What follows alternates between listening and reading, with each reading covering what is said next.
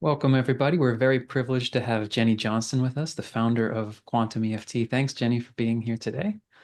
Yeah, great to be with you. And I'm so glad that our time zones are working for this chat. Yes, I am in Japan. Are you in New Zealand or Australia? Australia, Melbourne. Oh, Hmm. perfect, perfect. Yeah.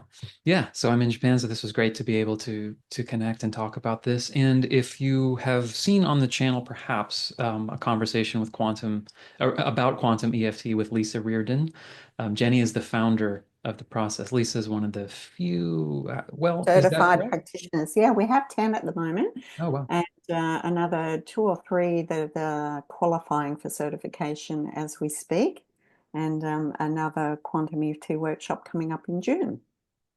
Beautiful. So that resource is there with Lisa to, give some context. But um, Jenny, as the founder, and obviously you founded this because of years, I'm sure, of other practices and interests. And we get into things like past lives, the Akashic records. These are all things I've heard of. Past life has actually come up for me multiple times in as a client and sparsely with other people.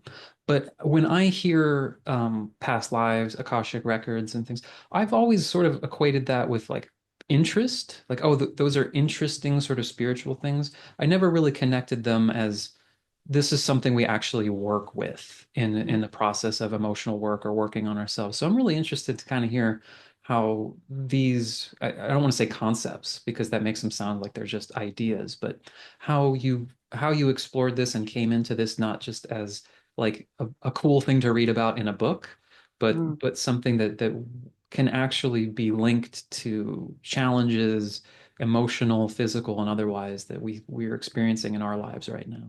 Yeah. It's interesting how I came upon it many years ago, and the story of it's in my first book, Tapping into Past Lives, Mm. is that I had this strong connection with somebody that I met, and I just knew it was past life. Um, and we were only connected for 3 months. However, that strong connection, I knew there was past life and soul level connections and teachings involved. And a lot of people think that quantum EFT is all about past lives, but it's not. That's a component of it that is sometimes relevant in quantum EFT. Quantum EFT is more about working in time and space in order to heal or resolve something. But the most important part of it is what's the soul learning and lesson? What's my soul agreement? What's my soul contract? Why did this occur in that lifetime if it was in another lifetime, as well as in this lifetime? That has soul learning and lesson for me. And when people have, like we talk in EFT about disproportionate responses. When you have a disproportionate response emotionally and physically in this lifetime about an event, but your conscious brain goes, but that shouldn't be so big. Like I had a client this morning and she'd had a relationship with a guy for a few months, and a year later it's still plaguing her, and her conscious mind says it wasn't that big, but her emotional and physical reaction was that it was like somebody had died. It was overpowering grief. And so when we investigated that and went back through it, it was like, where does this come from originally? And the wording that we use with quantum EFT is that we bring in our guides and higher self. We don't just reflect on the body's consciousness and the emotions and the subconscious, which clinical EFT does, but we ask, what is it at a soul level that's going on here? Why has this emotional reaction come into my life in this lifetime? And has it occurred in other lifetimes that hasn't been resolved? And so that's why it's being reflected again in this lifetime so that it can be resolved. and completed in some way. Is And is there so, a particular understanding or way you describe what soul is when you say soul learning? Or yeah, so our soul being is not just who we are in this consciousness and in this body. Um, and we also invite and speak to the quantum DNA. So there is a multidimensional component to our DNA that is much bigger than our 3% DNA. And we speak to the 3% DNA, our genomes and our physical reaction in this lifetime, our DNA representation in this lifetime. But that's just 3%. The other 97% that scientists used to call junk DNA, that Mm, is that is the instructional component that speaks to the three-dimensional DNA that's held in a quantum state, and it stores all of our lifetimes.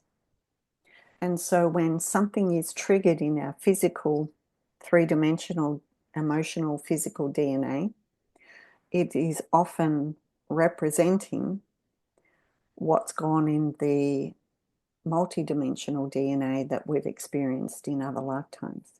So if I give the example of somebody I worked with this morning, when she said this 3-month relationship, when he said, "That's it, I'm out of here," it felt like a death. It was the most emotional pain she'd ever felt.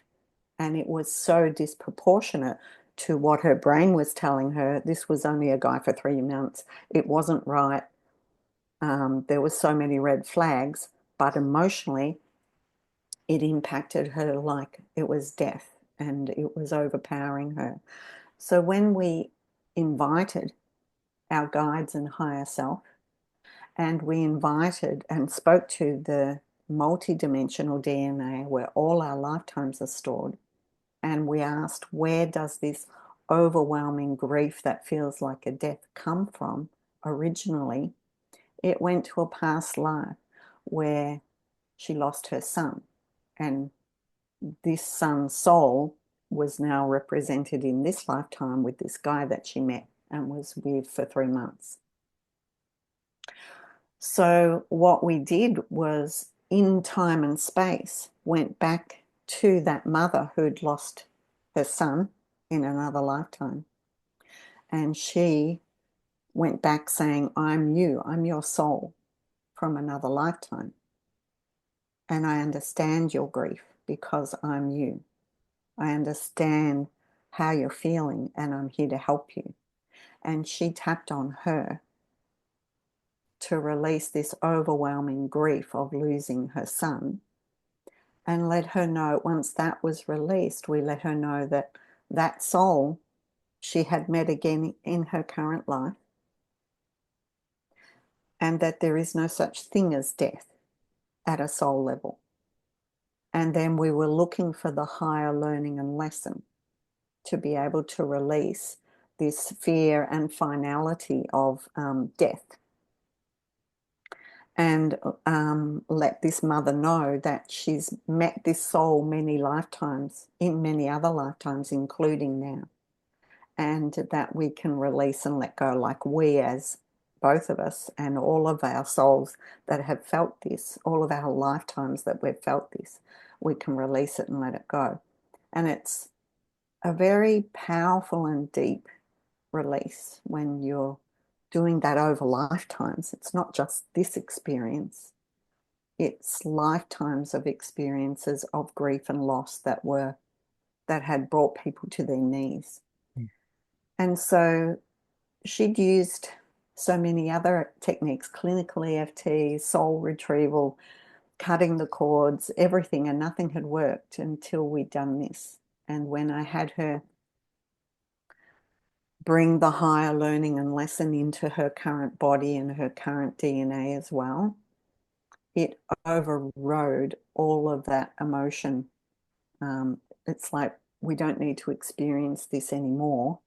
We get the soul understanding and the soul contract and agreement of why I needed to be brought to my knees emotionally, feeling this grief and loss again in order to heal this once and for all. And so when I had to then tune into all those triggers that brought in grief and loss in this lifetime, it was just gone and complete. And then we were asking guides and higher self, um, why did I need to receive this again in this lifetime? Not only to heal all the past, but perhaps the ideas came up was to learn all these new techniques so that I can help others Mm. who are feeling extreme grief and loss.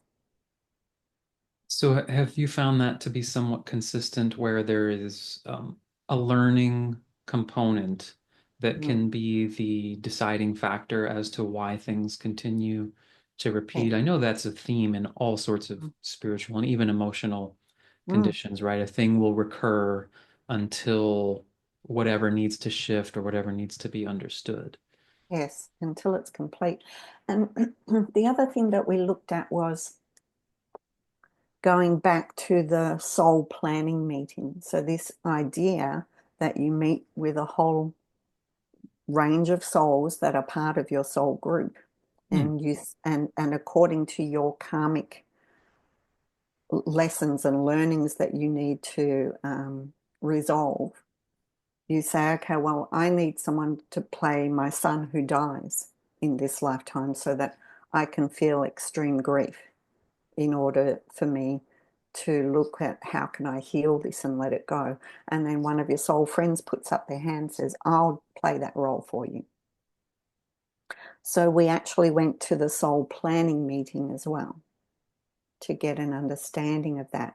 And right throughout Quantum EFT, we're looking at um, our whole being, especially the multidimensional DNA that remembers all our lifetimes, our guides and higher self, to help us understand and honor our soul contracts and agreements by letting go of what no longer serves us, Hmm. all the way back through all our lifetimes. So it's a much bigger picture than, just a book on tapping into past lives. Sure. Um, Yeah. and that sort of thing can happen even when we're going back in time to childhood, saying, I'm you all grown up. It's also bringing in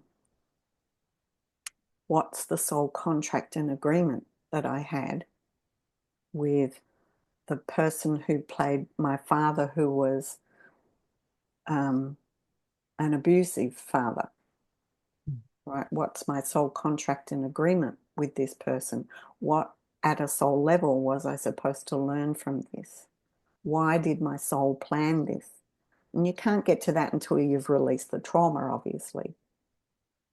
But then it's about, well, what's the higher learning and lesson here? Why did my soul create this? Why it's taking responsibility at a soul level of it and not so much being the victim of it. And of course, you need to resolve the trauma of that first to Hmm. be able to get to that level. Okay, yeah. So, kind of trying to paint a picture of this bigger self, right? Because there's a Mm. lot of things that people may be hearing some of them for the first time.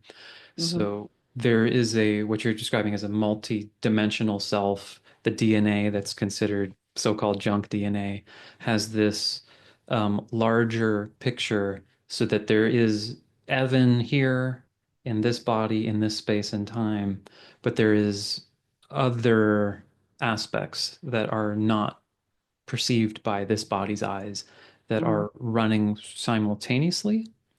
Yeah, we tend to talk about past lives as past lives, but when we're visiting them, Yeah. we're in the now. And when you're in the now, you can change it. And I'm a trained hypnotherapist and past life regression hypnotherapist. When we do quantum EFT workshops, they're more morphed into a meditation because a past life regression can be very long. But when we are looking at um, a past life and we are in the time of what we call a past life, we're in the now of it. And when we're in the now of it, working with the dynamics of what's going on, we can shift what had happened in a past life. When we go to the trauma of it and we heal that traumatic part of it, we can also then either go on to the end of that lifetime and rise above it, or rise above it in that time and go all the way up to, what happens when you leave the body and you're met with beings of light, and you're starting to get an understanding at a soul level of why that all occurred, why you planned all of that. But we keep going higher and higher to the master beings of light. And then we ask, what at a soul level was my higher learning and lesson? Why did I plan that? And people get profound messages that that has them understand at a higher level why all this happened. Mm. And when we're getting this higher learning and lesson, we're also asking, why was I taken to this lifetime to get this higher learning lesson? How is it relevant to my current lifetime? What's the higher learning and lesson for my current lifetime? So we get these higher learning and lessons that we can then bring back down into the past life, as we call it, a past life. And we can then take it forward in that lifetime, and a whole new lifetime emerges. So what had occurred from that trauma that may have been a downhill sort of run, often when we take that higher learning and lesson and activating it in from their multidimensional DNA into their current DNA in that lifetime, and have their lifetime now play out differently, having applied that higher learning and lesson, you get a whole new lifetime emerge, which is really interesting because your your current brain says, how can you change a past life? But we're changing it in the now.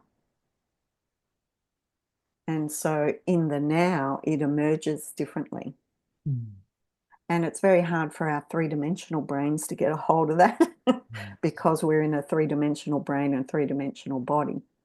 But when we're in an altered state in quantum EFT and in a quantum EFT meditation or past life meditation, there's so much that we can do.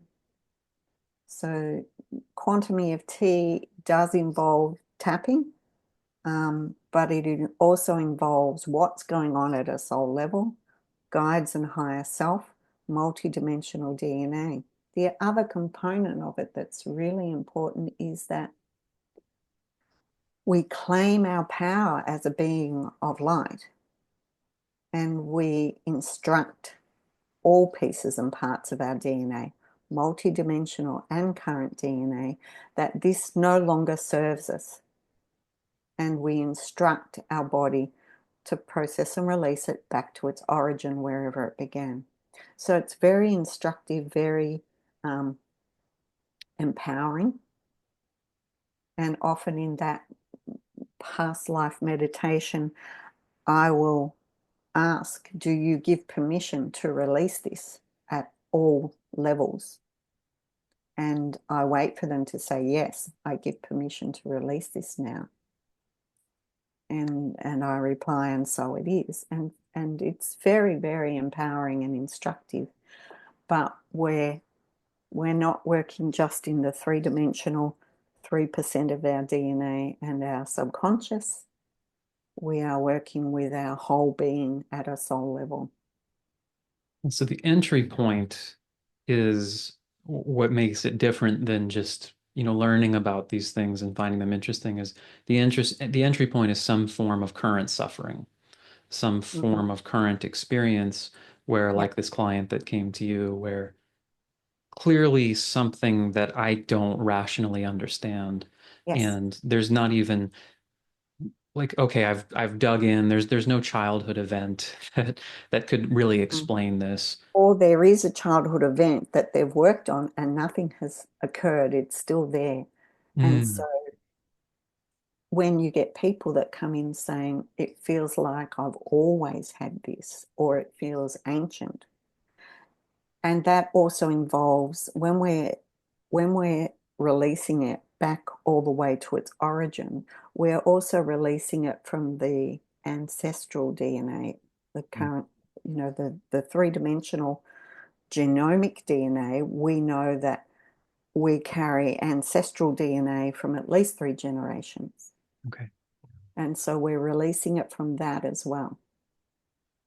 Yeah. And Mm, it's not always easy to explain if you haven't experienced something like this. And many people have, but it feels as distinct as a memory that you've had in this life, mm, but it's clearly not something that actually happened to this mm. body or this lifetime. But like you said, there's a feeling of grief as though someone died.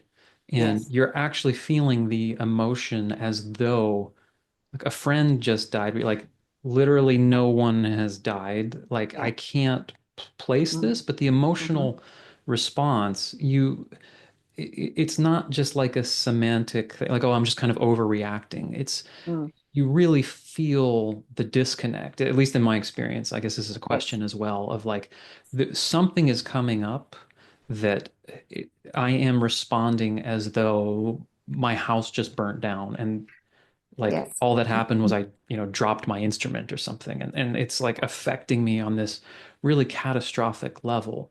And Hmm. so it's not like you're just sort of poking around looking for like, oh, what can I just kind of discover in a past life to explain why I get sad sometimes? It's not Mm, necessarily something like mm. that. It's these really deep experiences that you are feeling in this really intense way. And then this is giving you a framework and a window to actually like uncover what's going on there and not just in a way that like your mind is just generating a story to make you feel better Mm. about it, but to actually Yeah. process through the experience and ask questions and explore. So you're getting to whether it's an event or because I could tell you about Or a mine where sense. it's a Mm, sense. a Yeah. sense. And that's what I'll ask you about yours in a moment. But Mhm.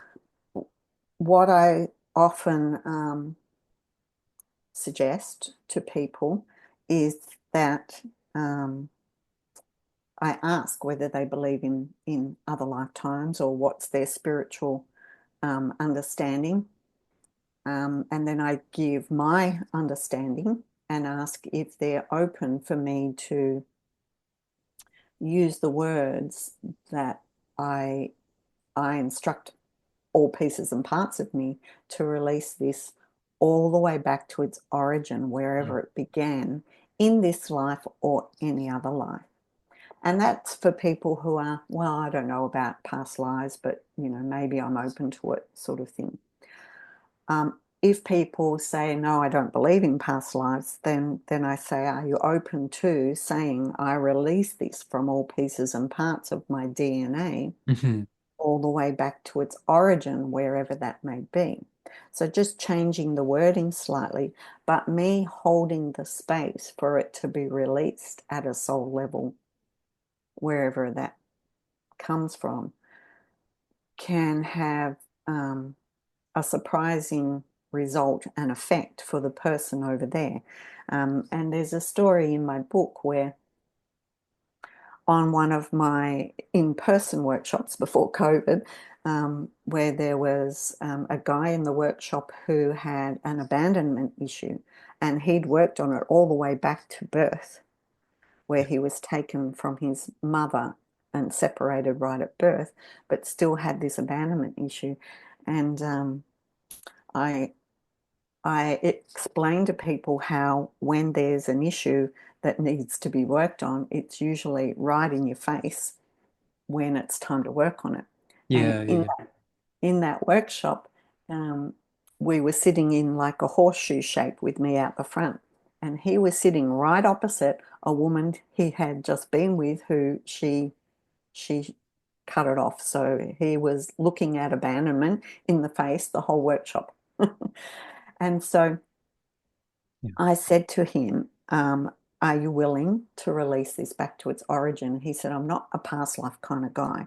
I said, that's all right. But are you willing to release this back to its origin, wherever it began? And so we used those words. And his conscious brain didn't believe in past lives.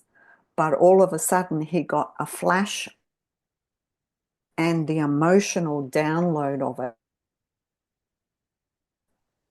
extremely sad and crying. Yeah. And he got the scene that he was an Aboriginal with the bone being pointed at him, which means you're being cast out by the whole community. Abandonment at its highest level, right? Sent out of the community to die in the bush alone. And so we were tapping and saying what he saw and felt, but then his left brain would kick in and he goes, but I'm not a past life kind of Yes. guy.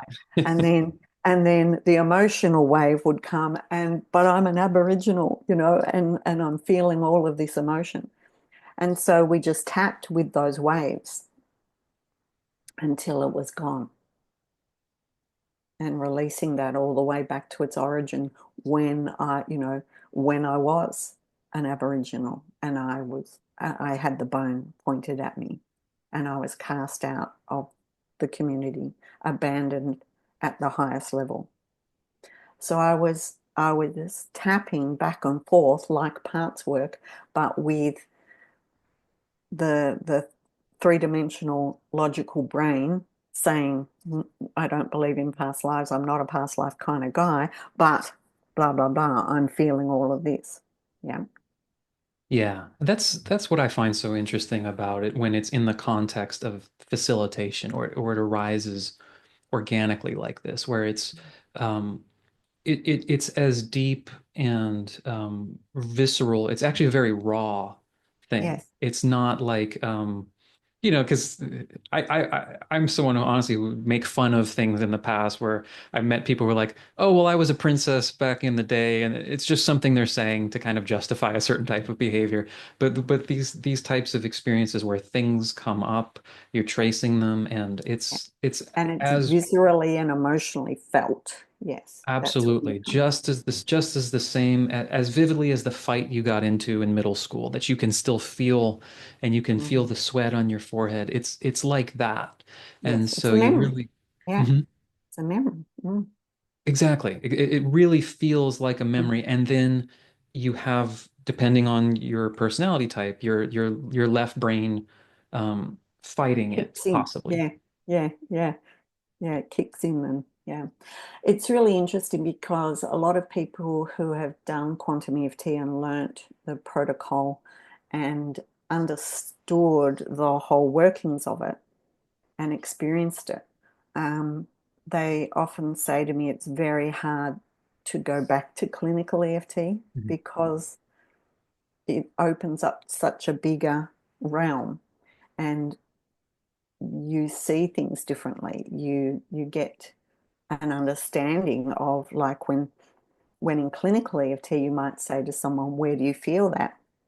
And they might say it's like a silver bullet through my heart. Mhm.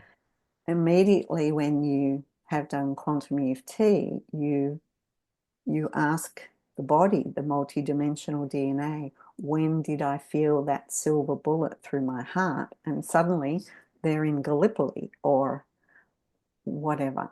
Or you're listening differently to people's words. And so instead of just repeating their words back, you ask the multidimensional DNA that remembers all my lifetimes, when did I feel this cannonball, heavy cannonball feeling in my chest?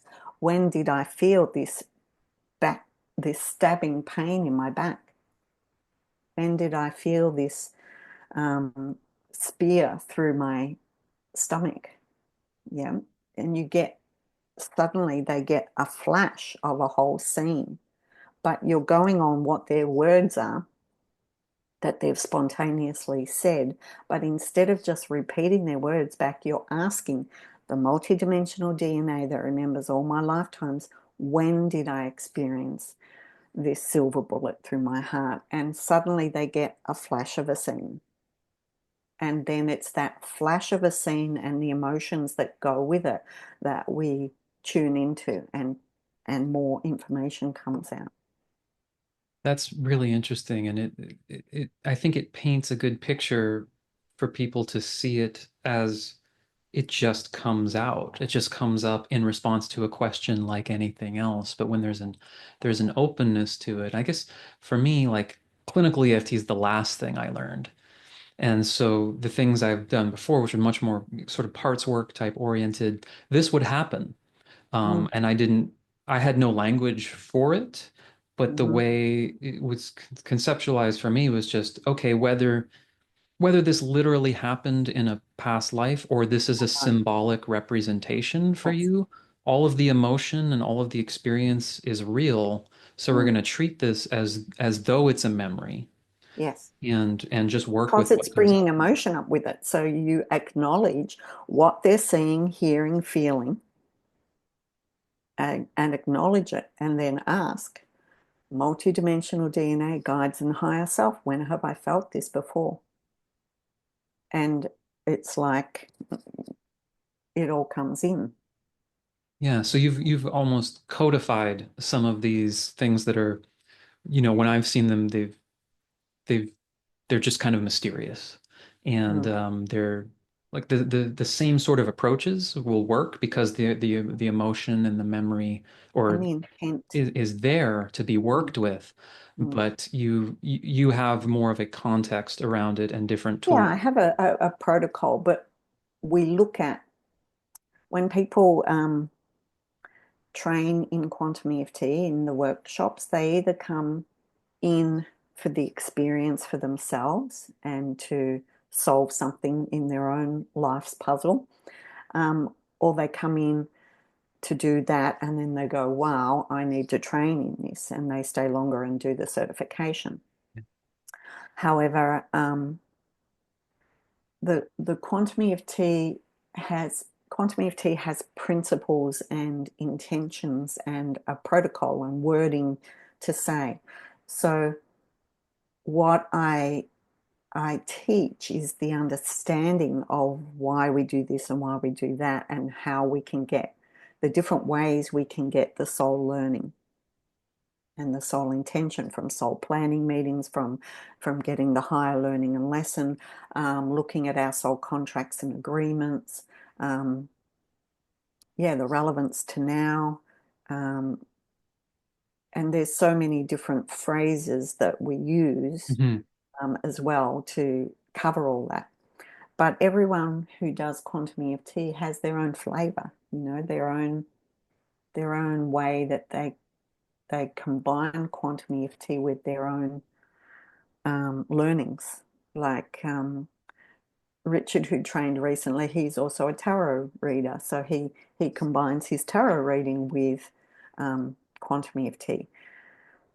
So people can blend and use the skills that they already have, but also bring in quantum EFT. So it's not like I want everyone to be a cookie cutter quantum EFT sort of practitioner. Everyone will have their own flavor when they use quantum EFT, but they're using the quantum EFT or the spiritual principles Mhm. behind us as spiritual beings in Well, that. when that door is open and you are receiving some sort of information or um, emotional upheaval that you can't explain like that, you're getting images that don't correlate to this lifetime. It's really useful what you're presenting that, like, let's say how you get the most out of it, like Mm. how you can really Yes, and get not a be deeper afraid of it, learning. not think it's really out of left field, Right. it's what's being brought up by the body and the soul. And so, okay, let's deal with this in the best way that we can deal with it. And why is it being brought up now in this lifetime, and where does it come from? Um, when I was teaching in-person workshops again, as I was saying, a past life can spontaneously arise in a clinical EFT session. Mhm. When I trained as a hypnotherapist, my past life regression lecturer said to me, um, said to the room of people learning hypnotherapy, how many people believe in past lives? Maybe half the room put their hands up. He said to everyone else who didn't put their hands up, whether you believe in past lives or not, you are going to have people spontaneously regress to a past life, and you need to know what to do, how to deal with that, whether you believe it or not. So it's the same in clinical EFT. I've had people, when I was running a Sydney workshop, they were just doing a practice of, when was the first time I felt this? And then um, suddenly somebody's in the Vatican Mhm. and they're obviously in a past life. And the student is looking at me with like a deer in the headlights look. And I go, just repeat their words, treat Mhm. it as a memory, right? And continue with whatever's coming up in their body. It's a memory. It's use exact words, what's going on for you.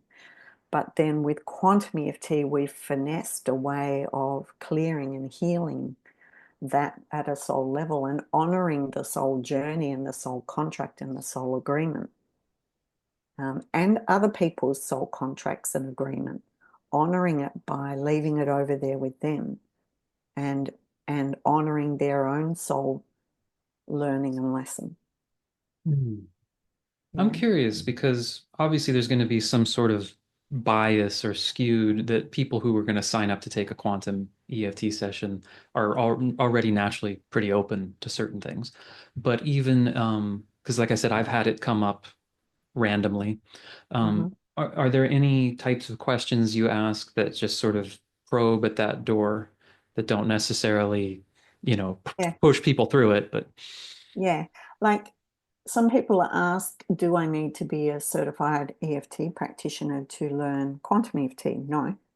Um, I've had people come through spiritual groups like Cryon, which Cryon is one of the channelers that I've based most of this work on, the teachings of Cryon. And people come through there and say, can I do the quantum EFT workshop? And they've had no EFT training. And I ask them to watch certain videos so that they get an understanding, because I've got lots of quantum EFT and EFT videos on my YouTube, which is EFT Australia, and there's lots that they can watch yeah. and learn from that. And then I ask them to have one quantum EFT session with me first, and before they do the quantum EFT workshop. But most come because they might be learning EFT. They might be afraid of what if somebody goes to a past life and I don't know what to do. Mhm. They might be curious about something for themselves. So people come in to learn how to deal with anything that is quantum that might come up in a session for themselves as a practitioner, curious for themselves.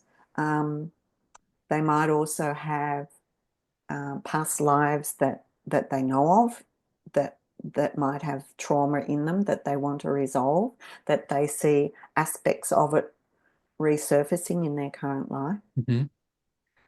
Then there's also an aspect of quantum EFT and the quantum EFT workshop where we look at mining the Akash, which is your personal Akash is the where all of your lifetimes are stored, which is in the multidimensional DNA. But we also go to the storage device, a crystal deep within Earth, Gaia, that stores all of your lifetimes as well. Oh, wow. And so in the meditation, we go there. We ask guides and higher self to take us to a lifetime that is relevant, that needs relevant to us now, that needs healing. And we do that, and we go to that lifetime and we get the higher learning and the healing and release that. And then the second time we go to mine the Akash, where we're mining the gold from the Akash. So we've released trauma, and now we ask guides and higher self to take us to a lifetime where we can gain skills, knowledge, or experience that we've had in another lifetime that will benefit us in this lifetime. So we go and re-experience it. So it's not like a past life reader telling you something. Right. You experience it. It becomes you stepping into the memory of you being a shaman, of you being a leader, of you being a writer, of you being a speaker, whatever it is that you want to go and get. We bring it back and we activate it from the multidimensional DNA into our current DNA. We have it speak to the blueprint of the stem cells, and we bring it into our current everythingness of us now. And then we take it out into the future of our current life, having that higher learning lesson, that experience that we've had in another lifetime now activated in our current life and our current DNA. How does that pan out in the future of our current life now that it's activated? Seeing how people react to you differently, how you behave differently, etc. And then we bring that future back into our present, Mm. and we acknowledge that when we get to that time in the future, we'll have a strange sense of deja vu, having already imprinted our energy there and being magnetically drawn to that. So there's a lot more to quantum EFT Yeah. than past lives. Yeah. Yeah, it sounds very comprehensive and this Mm. and a lot of things I've honestly never heard before, like the record of your lives and Mm. almost a visualization of sorts of taking it into the future and Mm. I think being experience oriented is what's so key about it because I know for me I, some time ago I realized like I'm not even really all that interested in my own beliefs in the sense of like who cares if like what do I know about anything? I don't even understand Mm. like what a tree is or what the sky like. Yeah, yeah, we're in a three-dimensional mind and body. How do we understand the multidimensionalness of anything? So I'm kind of like, well, whether if my mind goes like, well, I don't know if I believe that. I'm like, well, so what? Like, Yeah, so let's it's be not, open to it. Mm. yeah. So when you do these kinds of exercises and it's an experience-based process, I personally find that I almost don't even dwell on the question of like, well, did I really go to the future or did my mind imagine it? I'm like, if it's having an impact and it's Yes, there's emotional release and yes, there's we can feel the difference between a real experience of something versus just like, oh yeah, yeah, maybe I was a monk in the past life, that's why I like to read, right? Like this it can be a very shallow thing, yeah. but these exercises, I'm And imagining. it's much bigger than our conscious mind when we're working in this realm. I remember running a workshop in Toronto, in Canada, and this one particular student came back with the message that I matter, you matter, Mm, right?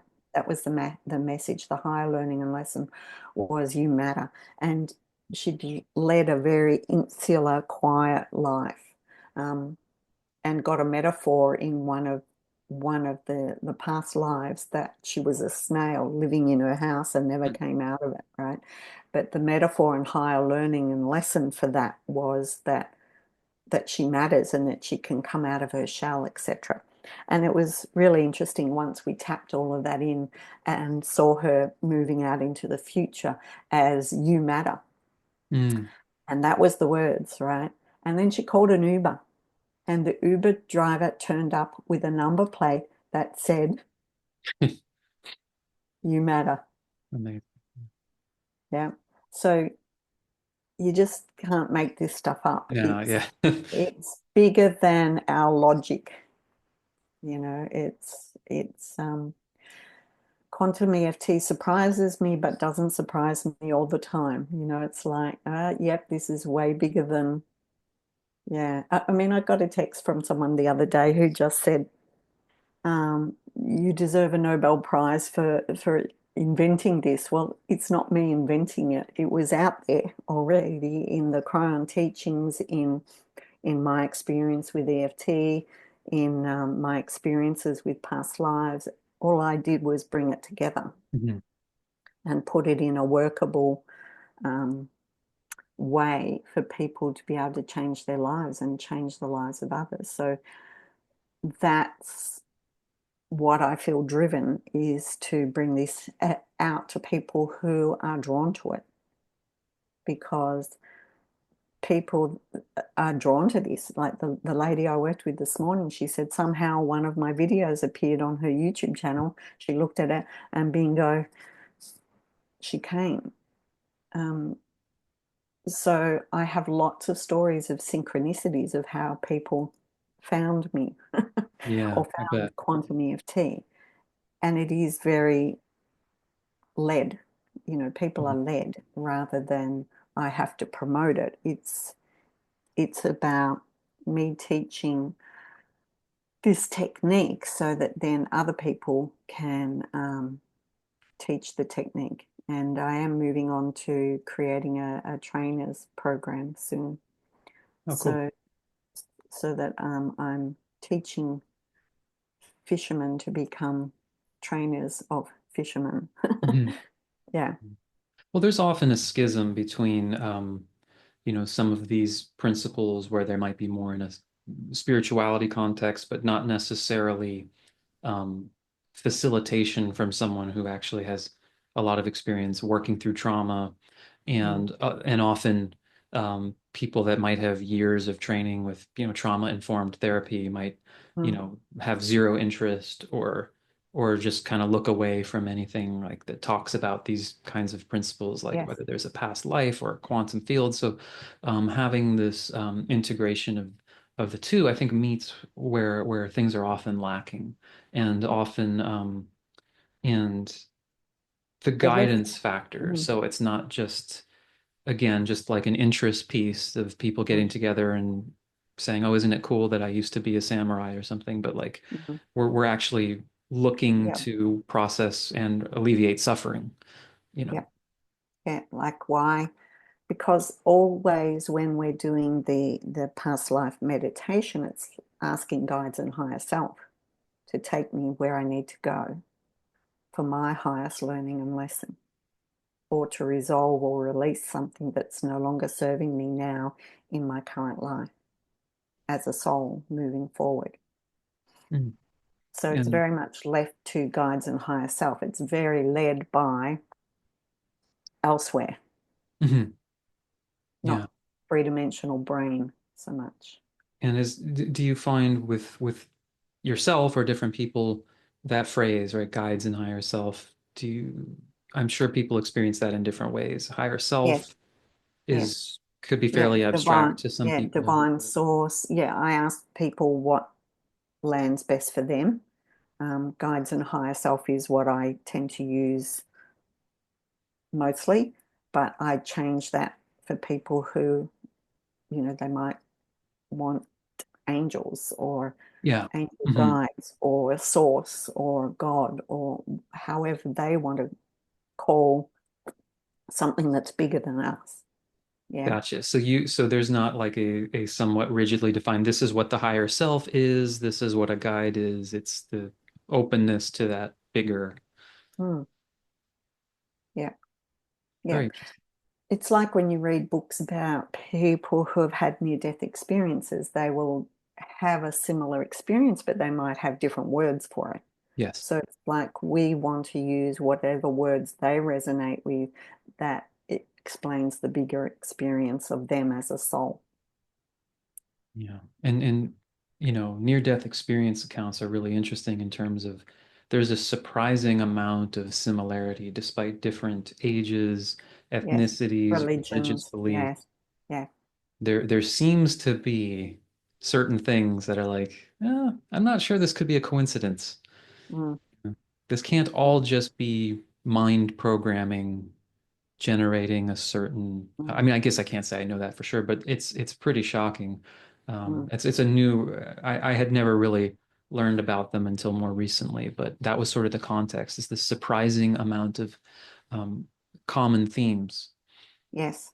And like I've got explained in the first book, there's so many experiences of people, but one lady who had this not logical fear of having a baby boy, Hmm. right? Because there was this fear of it dying.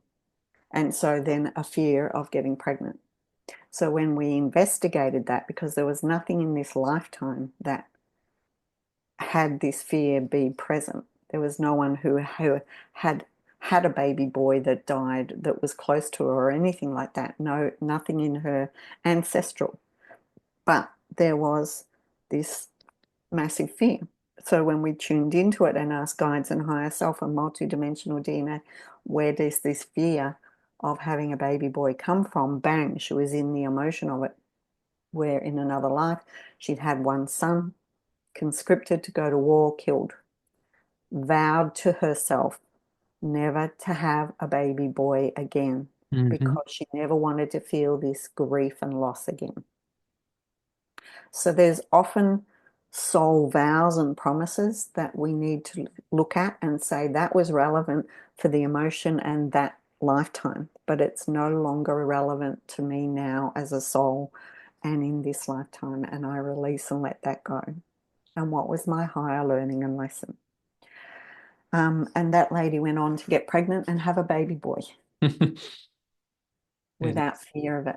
So yeah, it's amazing how in quantum EFT, when you're working with the soul and other souls in that soul contract and agreement, we change the whole thing. We get the higher learning and lesson. It also changes the impact of the other soul that was involved. mm, mhm.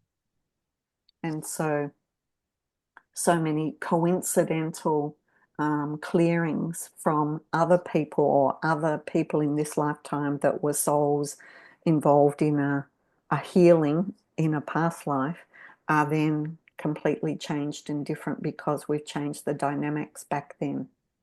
Mm. Yeah, that's always really fascinating to see those sort of effects. I mean, the whole Mm. thing is fascinating, but yeah. It is, and it doesn't make sense for our three-dimensional minds, but when we let go of some of that restraint and allow ourselves to understand that we'll never understand when Yeah. we're in a three-dimensional constraint, um, we can then be more open to, well, whatever happens, happens sort of thing. Yeah, and they can be, I mean, some of mine were so Yeah, tell me some of your experiences. well, I've cut the you off most before. recent one, I mean, the talk about obviously not from this life was there was all this clenching and kind of like lower abdomen stuff and very vividly like I was pregnant and lost the child. You know, Mm, obviously, you know, in this body that didn't happen. mm, But that was extremely intense, and that was working with someone who is not from the tapping background. mm, But it all came up, and she was guiding me through it, and really, really, I was like, it was actually hard for me to speak about it. I'm like, this is, yeah, and I was totally nauseous and mm, queasy, and I'm a pretty lightweight with blood and things like that. And so it was like really confronting, but I mean, I knew I was in the right mm, direction here, mhm. and then was kind of watching it from above. And, you know, she was leading, her name was Sherry Anshara, which has she has a whole different kind of approach than Mhm, tapping, but came about it through her own NDE, right? mm, But yeah, just this overseeing like, well, did you survive? Like, I don't think I did. Did the baby survive? Yes. You know, and watching someone else take care of it. Now, this is so recently that I can't even necessarily point to what the effect of that was going to be, what it mm, meant. It mhm. seemed to have more to do with birth in this life, obviously, is a more creative type of energy, creation Yeah, of something, yeah, fear perhaps to create some of my, you know. perhaps resistance to, I Yeah. mean, I guess people are seeing me speaking about this stuff on YouTube, assuming I'm comfortable with it. But I mean, 5 years Yeah. ago, it'd be like, there's no way I would ever do this. There's no way I'd be Mm, talking, have a channel doing these things or let the world know I'm interested in this weird stuff like tapping. Like, that's mm, it's actually not something I would have ever mm, expected to see me do. So it could be mm, connected to that. Who knows, right? mm. Well, I agree. When I trained with Dawson in 2010, and he said, make some tapping videos and upload them to EFT Universe. And I've gone, yeah, as if I'm ever going to do that. That's for other people. Now, well, I've got nearly 500 videos on my YouTube channel. Right. It's like, yeah, how does all that happen, right? But yeah, it's a learning experience, and I can see lots more things that have happened to me at a soul level, and the soul purpose behind it all now. Hmm. Very interesting. Yeah. But a lot of times when this is why I think it's important to learn quantum EFTs if you're an EFT practitioner. It's good to feel comfortable and even competent as to what to do when someone does go spontaneously to a past life. So, whether you believe it or not, it's good to have the training Yeah. and to experience that. Um, I had one lady, we used to, when we did in person EFT Universe workshops, we would do a phone exercise, so sitting back to back, Yeah. pretending you're on the phone because we weren't so much into videos and Zoom then. Yeah. Um, so what do you do when you don't see someone? And she just said, "Oh yeah, I've got some stomach pain. Let's just do that." And so we just were working on stomach pain. And again, like you, it went to a pregnancy in a past life where she lost a baby boy. And she said recently, the cognitive shift afterwards. She was saying, I had a friend recently lose a baby boy, and I've never lost a baby boy. And the emotion of it was so traumatic, and it Hmm. wasn't even her, it was someone else. And it was because it triggered this past life experience where she lost a baby boy. Mm. Um, that, yeah, it was an out of the blue, disproportionate response to a friend losing a baby boy. And on my quantumeft.com.au website, I've got a couple of videos there. And on the videos page, there's two videos of a mother and daughter that both did my Amherst, New Hampshire workshop together. Oh, cool. And it was really interesting when we did one that with the mother feeling overwhelmed. She was like a healer, a doula, or whatever, somebody like a midwife, and either the mother or the baby died in childbirth, and the village blamed her, and so Mm. she was overwhelmed with responsibility around healing, which we cleared. Then it was time for her daughter to come and have a demonstration, and she had Lyme disease for 5 years where she couldn't do anything, couldn't go to college, couldn't. They'd tried everything, EFT, Oh, wow. diets, everything. And then when we started tapping, she said, I was the mother that died in childbirth. And I left behind other children. And so there was this huge fear of leaving family. Mm. And we resolved all that, got the higher learning and lesson. And then, it's safe for me to leave family now Mm. and to go on college. And thanking my DNA for holding on to this Lyme disease to protect me and keep me safe with family. But it no longer serves me. And I release it from all pieces and parts of my DNA. And it was gone, Wow. just gone. That's Went out canoeing with fascinating. her brother afterwards, and she'd never been able to do any exercise. Wow. And yeah, it was just gone. That's fascinating. Yeah. Yeah, it's amazing what's really going on under the hood. It's Yeah.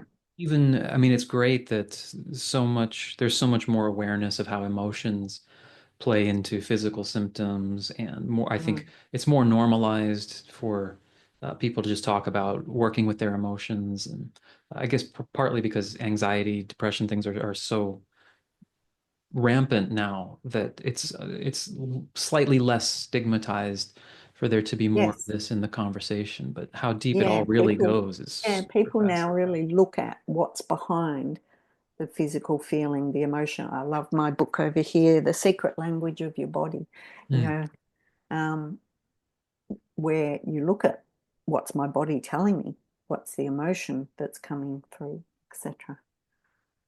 yeah, Yeah. But with quantum EFT, we take it to a whole new level, and people often say it's really hard to go back sure. to clinical EFT once you've used quantum. Mm. Yeah, and so what are the ways that people can explore it? Is it primarily through a workshop that's a certain number of days, or is there a course or Yeah, videos? well, people can look at my YouTube channel, EFT Australia, which is one word, and I have so many different playlists. So I have clinical EFT playlists, Yeah, but there is a quantum EFT playlist, and there's hundreds of videos on that from workshops. great. And so you can actually use your own spiritual discernment, ask guides and higher self, what is it that I need to watch? And then just scroll through the titles and stop when you feel you want to watch one and tap along with it and see what comes up. Um, so many people have had lifetimes of nuns and monks and vows of poverty, vows of suffering, vows of this and that, vows of being humble and not being seen, of bowing down to Godheads, being servants, not leaders. So there's a lots of videos around that sort of thing. Oh, cool. So yeah, being able to watch that and then deciding for themselves whether they either want a session with a certified quantum EFT practitioner or a Mhm. series of sessions, or book for a quantum EFT workshop to experience it for themselves and decide whether they want to learn it more for themselves or for others. But the experience itself is often life changing. Great. And there's one coming up in June, so I do them every Oh, cool. three, 3 months or so. Um, June online. Yeah, and because most of my people are American Canadian, Ah, I mhm. do a weekend workshop over 4 days, but they're half days. So they're usually afternoon, early evening Oh, cool. um, in the US and my morning. Oh, perfect. Yeah, yeah. That's a smart Mm, way to portion it out so that people can be in the different yeah, time zones, and it's always yeah, tricky with longer workshops for sure. yeah. That's right. So it's about 4.5 hours for 4 days, and we have a half hour, 20-minute half hour break in between.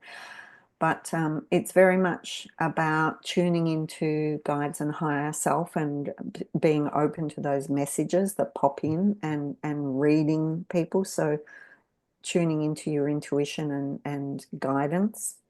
There's a day where I'm doing demonstrations, a day where they're practicing with each other, and then a day, when I say a day, a half day, when Mhm. we're doing the past life regressions and the minding the Akasha regressions. And they're usually very profound. Mm, Beautiful. Great. mm. Well, yeah, well, I'll put the link. I mean, the link to your channel is already going to be there in the description and the website. But if you're watching this before June, you can check that out. And then you do them periodically throughout the year. Yeah, usually every 3 months or so. Oh, perfect. Mm, Okay, great. mm. Yeah. Anything else for people to know?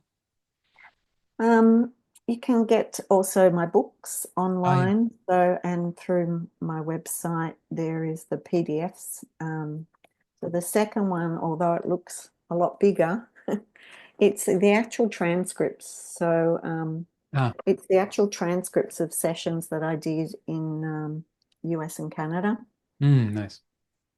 so that people get the actual wording of Yeah. it, not just the gist of what quantum EFT is. Yeah. Yeah, And because it's really a conversation with a whatever language people want to use, a past life. It's not just like a series of things you say and then right? Mm. It's facilitation. It's really there's a whole Yeah, art. it's intention and yeah, facilitation, but also using your intuition and your spiritual knowledge. Yeah. That's an important part of quantum EFT. Yep. Yeah, I think anyone who wants to facilitate anything, um, it's so important to have some, I don't know if it's systematic, but way to really explore intuition and letting things come through you. You know, I guess Yes. I'm a jazz musician. I've been for 20, Mm. so So you literally channel. you Yes. have to like train to not be prepared. I can't play a pre-prepared part. Yes. If the singer is singing this way, I have to adjust the bass playing to go this way. And so And you that have to can, really be in the present and in the moment. And that's very much what quantum EFT is going with the flow yeah. and being okay to be in the present and to trust. The big word is trust, trusting your intention, your intuition that guides and higher self, everything. Just it's being in the flow and trust. I guess Esther Hicks talks Mm. about being in the flow and being Yeah. in the present. Yeah. Yeah, because we're not like robots, and these past Yeah. lives aren't just, well, what do I say to the past life to make it go away? It's a very in the Yeah. moment thing, and you might find yourself saying things that you wouldn't normally say because the Mm. client or the situation or this particular energy, Hmm. it just requires you to bring Yes. something out of yourself. Yeah.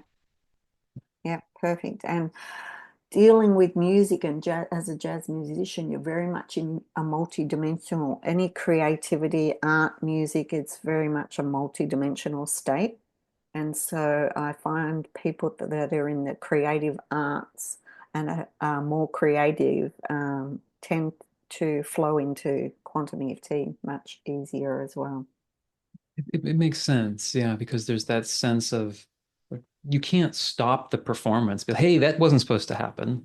It's Mm, just like, oh, the speaker blew out or whatever, and says, oh, someone from a past life is showing up in the session. Can't be like, okay, stop, let me call yeah. Jenny and figure out what to do here. Like you have to Yeah. kind of develop that muscle Mm, to mm. be with And it. And trust in yourself, trust in your own guides. Yeah. yeah. Mm. So that's really awesome that the workshop kind of focuses a lot on that and how to Yeah. listen and not just how Yeah. to like ask Developing the your own. questions. Yeah. Because Yeah. that's the hardest thing to teach, but it's cool that It's the you lean into experience that. of it. Yeah. Yeah. That's great. Yeah. Awesome. Thanks so much. Yeah, thanks for sharing all this information. And for Welcome. everyone watching, the links are in the description to watch those. I'm definitely gonna be watching some of this. I watched the presentation about, I think it was slightly more about the book. And you play excerpts from the channel teacher, which I had never heard of before, and that whole workshop is on your channel. So there's a lot of stuff there that goes deeper into obviously what we could get into Mm, mm, today. So mm. definitely check that Yeah, out. some of the channelings are also on my website under Cool. Quantum EFT. Yeah. Great. Mm, Well, thanks so much, mm. Jenny. Really appreciate it. Thanks, Evan.